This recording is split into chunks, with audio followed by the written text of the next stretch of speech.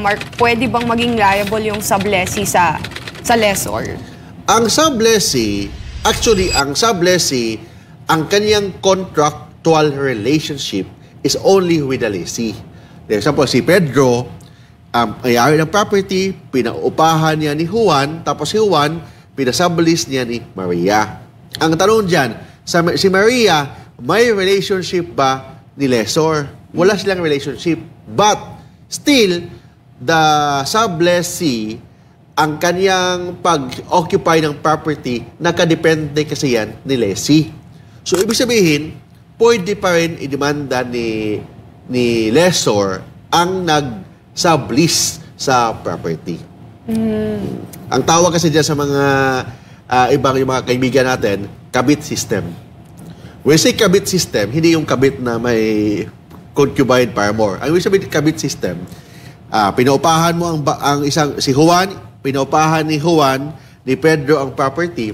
Si Pedro lang ang lessee. Pero ang ginawa ni Pedro, nagkabit system siya. Pinaupahan din niya ng ibang mga tao yung bahay na wala namang pahintulot ni lessor. So yun ang ibig sabihin ng kabit system or subleasing. Hindi bawal yan kung hindi na pinagbawal in a written contract under the terms and condition of a written contract. Tsaka ang nangyayari dyan, mas mahal pa yung bayad ng sublessee. Sublessee. Parang kumita pa yung si Pedro, pinaupahan niya ni Juan ng 1,000 per month ang isang kwarto.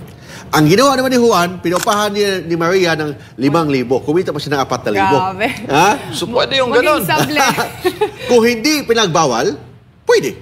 Kasi sabi ng batas, as long as hindi pinagbawal in a written contract, under the terms and conditions of the contract, hindi pinagbawal, ibig sabihin, valid. Pag valid, so, that's business. At so, ibig sabihin, daming gumagawa dyan. For example, si Pedro, pinaupahan niya yung building niya kay Juan. Si Juan naman, pinupahan niya ni Maria.